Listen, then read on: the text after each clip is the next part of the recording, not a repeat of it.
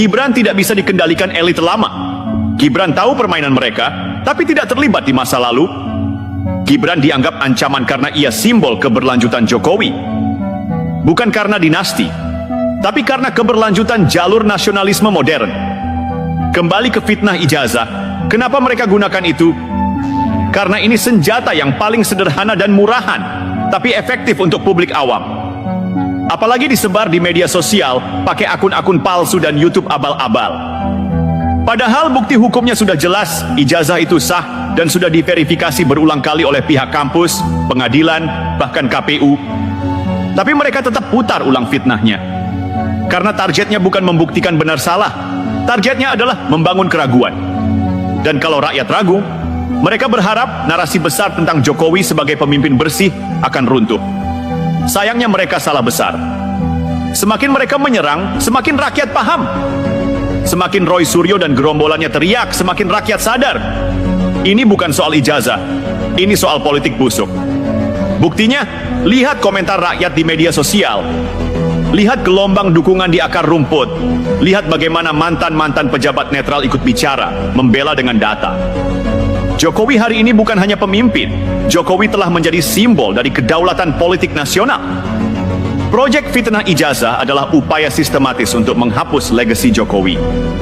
Di balik itu ada dua kekuatan besar, elit lokal sakit hati dan kepentingan asing. Serangan terhadap Jokowi adalah sinyal ketakutan mereka terhadap kesinambungan visi nasionalis melalui Gibran.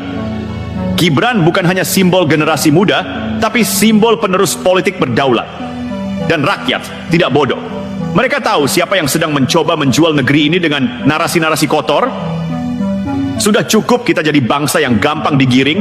Sudah cukup kita dijadikan pasar empuk untuk berita palsu, fitnah murahan, dan narasi-narasi penuh kebencian yang tidak berdasar. Karena kalau hari ini kita masih saja percaya pada tukang fitnah yang sudah kehabisan cara, besok bangsa ini bukan maju, tapi hancur pelan-pelan dari dalam. Dan ingat satu hal, mereka tidak ingin kita pintar. Mereka tidak ingin rakyat Indonesia bisa memilah mana fakta, mana opini. Mereka ingin kita saling curiga, saling benci, dan akhirnya lupa bahwa kita satu bangsa. Mereka ingin kita benci Jokowi, bukan karena Jokowi salah, tapi karena mereka takut Jokowi benar. Dan karena mereka tidak bisa menghentikan pembangunan, maka yang mereka serang adalah karakter. Tapi hari ini, yang terjadi justru sebaliknya. Semakin mereka menyerang, semakin rakyat melek. Semakin mereka menyebar hoaks, semakin rakyat cerdas memilah berita. Semakin mereka mencaci, semakin kita sadar siapa yang betul-betul bekerja dan siapa yang hanya bisa berisik. Rakyat Indonesia tidak selemah yang mereka kira. Rakyat Indonesia tidak sebodoh yang mereka anggap.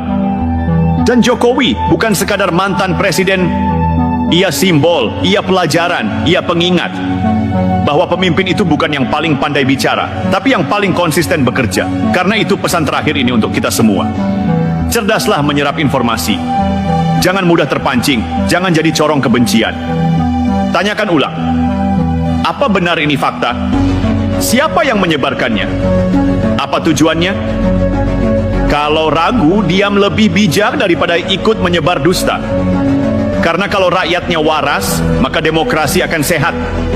Dan kalau demokrasi sehat, tak ada satupun fitnah yang bisa menjatuhkan pemimpin yang benar-benar bekerja. Tetap jaga nalar, tetap jaga akal sehat. Dan ingat, fitnah bisa diproduksi, tapi nurani tak bisa dibohongi. Salam untuk rakyat Indonesia yang makin cerdas, makin kuat, dan makin sadar. Karena inilah modal kita melangkah ke masa depan yang lebih terang.